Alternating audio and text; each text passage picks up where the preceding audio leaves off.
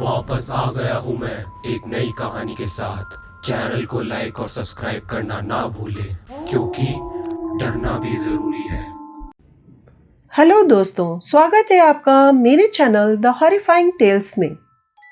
आज का किस्सा मैं अपनी ही दोस्त शहनाज का बताने जा रही हूँ। देखते हैं क्या हुआ उसके साथ। एक दिन उसने बताया कि मुझे अक्सर स्लीपिंग पैरालिसिस एक्सपीरियंस होता रहता है, जो काफ़ी तकलीफ देने वाला होता है। इसमें आप नींद से जागे तो रहते हैं, पर आपका शरीर बिल्कुल नहीं हिल पाता। उस समय मुझे काफ़ी परेशानी होती है।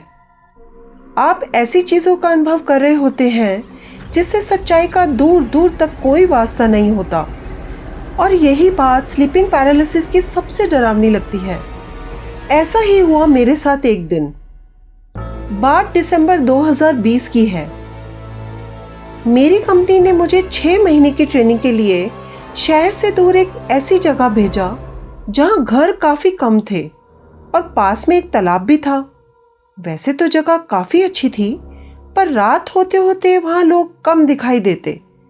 मेरी कंपनी ने मेरी देखभाल करने के लिए एक हेल्पर भी दिया था, जिसका नाम विष्णु था, जो रोज़ अपना काम ख़त्म करने के बाद घर चला जाता। ऐसा ही रोज़ होता। मैं अपनी ट्रेनिंग ख़त्म करती और जब मैं घर आती और वह अपना सारा काम ख़त्म करके अपने घर चला जाता।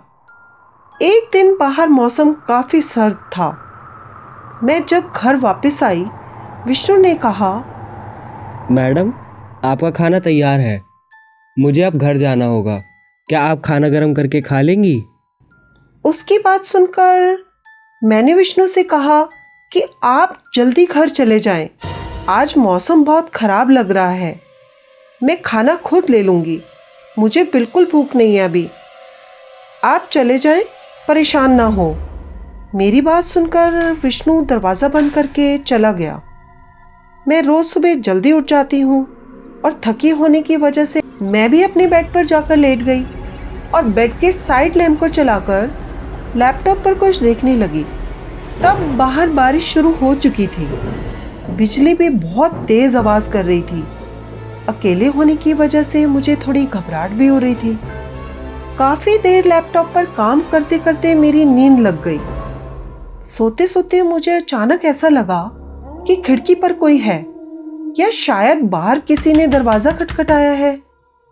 मैं आवाज़ सुनकर जैसे ही जाने वाली थी कि अचानक मुझे फिर से स्लीपिंग पैरालिसिस हो गया। मेरा ध्यान अचानक खिड़की की तरफ गया तो मैंने देखा वहाँ पर बहुत ही बुरी शक्ल का एक आदमी खड़ा था और मुझे ही घूर रहा था। उसे देखकर मैं चिल्लाना तो चाहती थी, पर मेरा शरीर काम नहीं कर रहा था।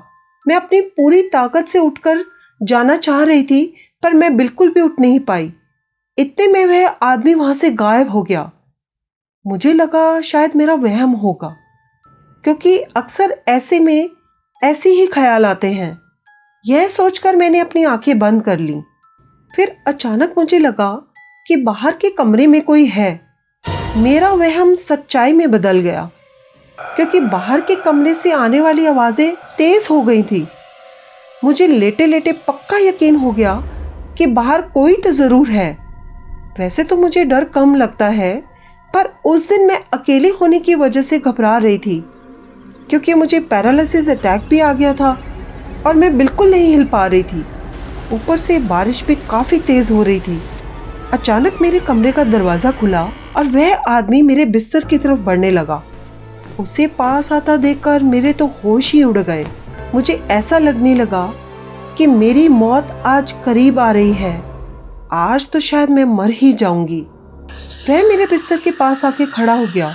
मैं अपने भगवान से प्रे कर रही थी कि मैं जल्दी से ठीक हो जाऊं।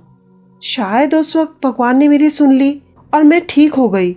मैं अब हिल पा रही थी, पर उस आदमी की वजह से मैं बस लेटी ही रही, उठी ही नहीं और डर से आंखें बंद कर ली। अचानक मुझे लगा कि वहाँ कोई नहीं है। धीरे धीरे मैंने अपनी आंखें खोलकर देखा। सच में वहाँ पर अब कोई नहीं था। मैं हैरानी से उठकर बैठ गई और उठकर इधर उधर देखने लगी। अंधेरे की वजह से मुझे कुछ खास दिखाई तो नहीं दे रहा था, पर मैं फिर भी पक्का श्योर हो गई कि वहाँ पर कोई नहीं था। मैं काफ़ी डर गई थी। फिर मैंने सोचा शायद स्लीपिंग पैरालिसिस की वजह से मुझे ऐसा वहम हो रहा होगा। अगले दिन विष्णु घर आया और सफाई करते वक्त उसने मुझसे पूछा, मैडम, आपके कमरे का कारपेट गीला कैसे हो गया? कल रात को आप क्या बाहर गई थी? उसकी बात सुनकर मैं हैरान ही रह गई। मैंने खुद जाकर वह कारपेट देखा तो वह सचमुच गीला ही था और साफ साफ किसी के चलने के निशान भी दिखाई दे रहे थे। यह देखकर मेरा सर चकरा गया। रात की घटना मेरा वहम नहीं थी, मेरे कमरे में सच में कोई आया था। अगले दिन कंपनी जाकर जब मैंने रात की घटना सबको सुनाई तो पता चला कि पास के तालाब में एक भयानक घटना सारी जगह पहले से ही मशहूर थी। कंपनी के किसी एम्प्लॉय जिसका नाम सिद्धांत है, उसने बताया, कुछ साल पहले यहीं तालाब के किनारे कुछ लड़के खेल रहे थे। खेलते खेलते एक लड़के का पैर फिसला और वो तालाब में गिरकर गहरे पानी में चला गया। जब लोगों ने उसकी लाश को तालाब से बाहर निकाला तो उस लड़के की आंखें और मुंह दोनों ही खुले हुए थे, जिसकी वजह से वह बहुत ही ज़्यादा डरावना लग रहा था। उसके मरने के बाद यह रोज बात सुनने में आती है कि वह हर रोज पानी से निकल कर आता है किसी न किसी को अपने साथ ले जाने के लिए। हर थोड़े दिन बाद किसी न किसी के मरने की खबर आ जाती है। उस घटना के बाद मैं अपने घर वापस आ गई। भूतों पर मुझे कभी विश्वास नहीं था, पर उस घटना के बाद मुझे विश्वास हो गया कि भूत होते हैं।